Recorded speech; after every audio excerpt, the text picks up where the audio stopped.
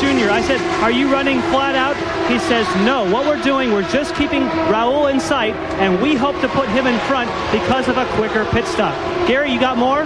Well, indeed we do, because they're plotting strategy down here, and it involves a somewhat complicated change. They're gambling a bit, the Dick Simon crew, because they say now that they're going to make an adjustment on the balance of the car. They may sacrifice and not change the left front tire. Whoa, what happened Boesel here? is slowing. Raul Boesel slows down, and all of a sudden, Dick Simon's on the radio to him. He's listening. Smoke at the back of the engine. It's over.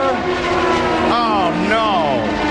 Unbelievable. Your words were just expressed again by Dick Simon. Boesel's day looks like incredibly it's over. Ford Cosworth power plant.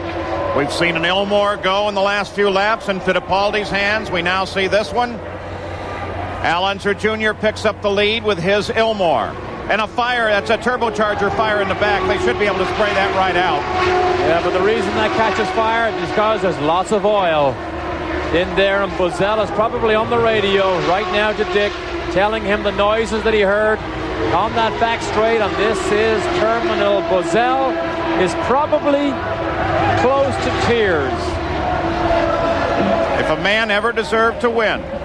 But Al Jr. was turning the heat up, because Al Jr. had just turned the fastest lap of the race 2 laps earlier, above 229 miles an hour. He's close to tears, this man.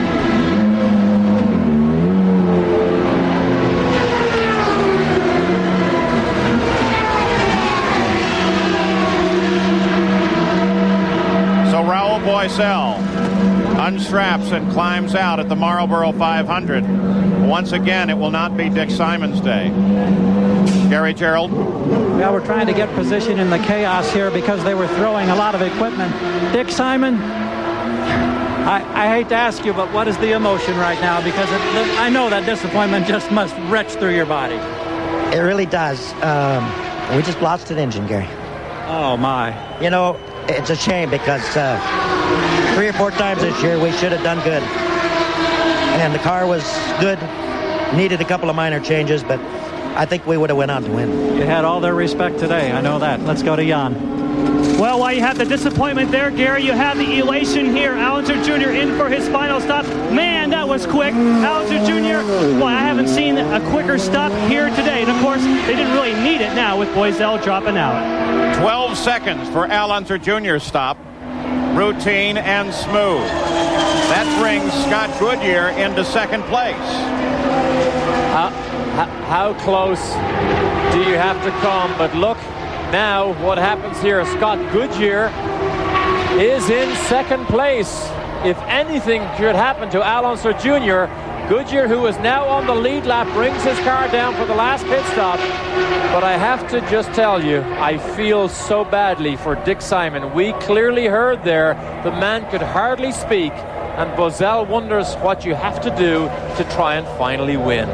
His only victory has come here. Scott Goodyear makes his final stop of this Marlboro 500. Let's go to Gary.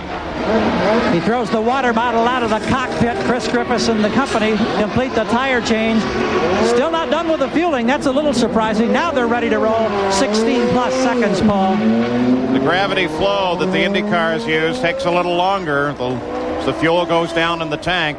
Al Unser Jr. is the leader. Raul Boesel's clear of his car.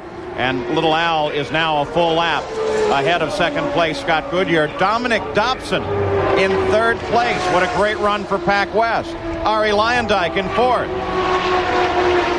So we said there's some surprises here. Some interesting names at the top of the order. And Michael Andretti made the classic comment before this race ever started. This historically is survival of the fittest. There's Dominic Dobson and Ari Luyendyk in what is a fight for position. Luyendyk started 26, and Little Al's in trouble. Little Al's in trouble. Scott Goodyear is about to lead this race. We suggested that if Fittipaldi had the problem, could Al have it too? The Ilmore has let go now in Little Al's car. Here with just 20 laps to go. The lead changes, then changes again as the leaders fall out. How can you absorb the emotional roller coaster here? Al Jr. was almost a lap down at Indy, and Emerson blew up and handed it to him. Listen to the crowd scream at the changes. And we go yellow. They go to a full course yellow. Apparently they're worried about oil on the track when little Al's engine let go. So Scott Goodyear will assume the lead. This man, Dominic Dobson, will go into second place. Ari Leyendyk, who started back in 28th, runs in third. Teo Fabi is up to fourth. Mark Smith is up to fifth. The yellow flag comes out. Let's go to Gary. Well, I suppose that this turn of events now, as you just saw little Al go by, makes the disappointment all that more acute. What is it going to take, Raul, for you to finally win one of these things? I don't know. He led most of the race. It's big disappointment. I thought I have a good chance. I was running a good pace. Little Al put a little pressure. I respond. And I don't know. The car was running fine. Everything was perfect. I was making a good pace. Were you getting your hopes up, realizing the end was drawing closer and closer? Yeah, for sure. I thought I had a good chance. It was in the bag. I need to keep the pace was running to finish ahead of Al. So, and unfortunately, it wasn't to be, I guess. Thank you, Raul. We're disappointed. We go to Jan. Al Unser Jr. is just debriefing here with Roger Penske, and he was actually smiling. Boy, that was a tough day, but you managed to smile even in the event of that engine blowing. First of all, what did you think when you saw Raul's blow? You thought it was obviously your day. Well, I was real happy that the Raul engine blew. We were going to have a really good race. It was a shame for the fans, really, because we had a lap up on everybody, and so you don't know what was going to happen. So, but now we blow up. Now it's probably a good race out there. I don't know. Were you running flat out, or did you back off a little when you knew that you no longer were in contention with Raul? No, I started lifting a little, I richened the engine up and, turned the boost down because we had a lap lead. I started backing off a little bit, and, Roger told me all I really needed to run was, 215 to 217, and that was it.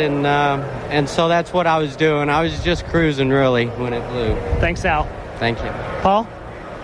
So Al Unser Jr. out of the run. And now Scott Goodyear, who won here before, is the leader here at the Marlboro 500.